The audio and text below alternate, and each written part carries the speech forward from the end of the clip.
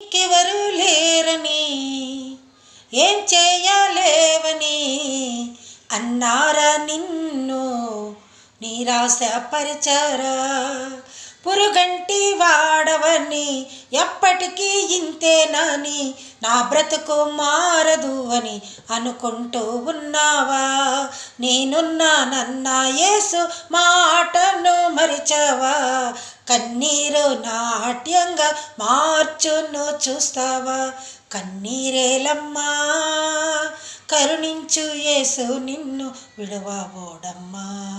కలవరపడకమ్మా కరుణించు యేసు నిన్ను విడువబోడమ్మా. కలతమాని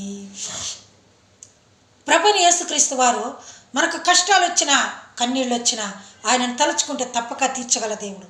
శత్రువులు మనపై వస్తున్నప్పుడు కూడా ఆయన భీతి భయం లేకుండా చేయగల దేవుడు.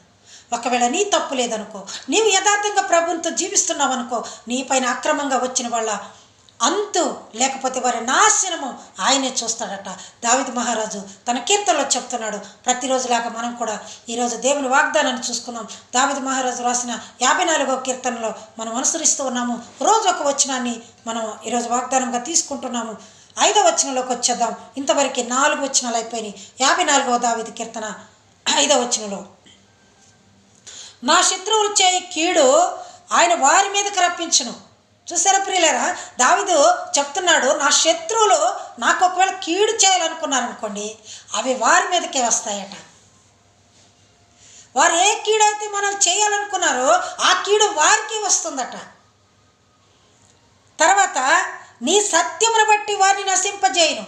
నీవు నిజముగా సత్యముగా జీవిస్తే, ప్రభుని ఎడల నువ్వు యథార్థతను చూపించుకుంటే, నీ యథార్థత వారిని నాశనం చేస్తుందంట, నిన్నేం చేయదు.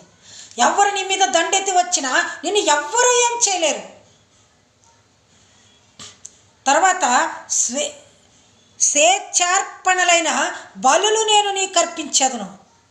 స్వేచ్ఛార్పణలైన నేను స్పష్టంగా నేను స్వతంత్రంగా తిరిగే అర్పణలు నీకు అర్పించదనయ్యా, నేను స్తుతించదనయ్యా. తన దైవ ధ్యానముగా ఆ కీర్తన రచించి ఉన్నారు ఆయన.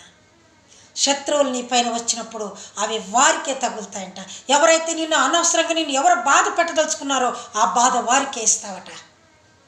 నిజంగా ఆయన ప్రార్థనలో ఎన్ని అర్థాలు ఉన్నాయో చూడండి పిల్లలారా. ప్రతిరోజు దేవుడు మనకి ఈ విధంగా బైబిల్ ద్వారా వాక్యం ద్వారా ఆయనతో మనం మాట్లాడుకునే భాగ్యము మనందరికి ఇచ్చినందుకు ఆయన కృతజ్ఞతలు చెల్లించుకుంటూ వింటున్న మిమ్మల్ని అందరినీ కూడా దేవుడు దీవించి ఆశీర్వదించును గాక. మరి ఒక రోజు మరి ఒక వాగ్దానంతో కలుసు.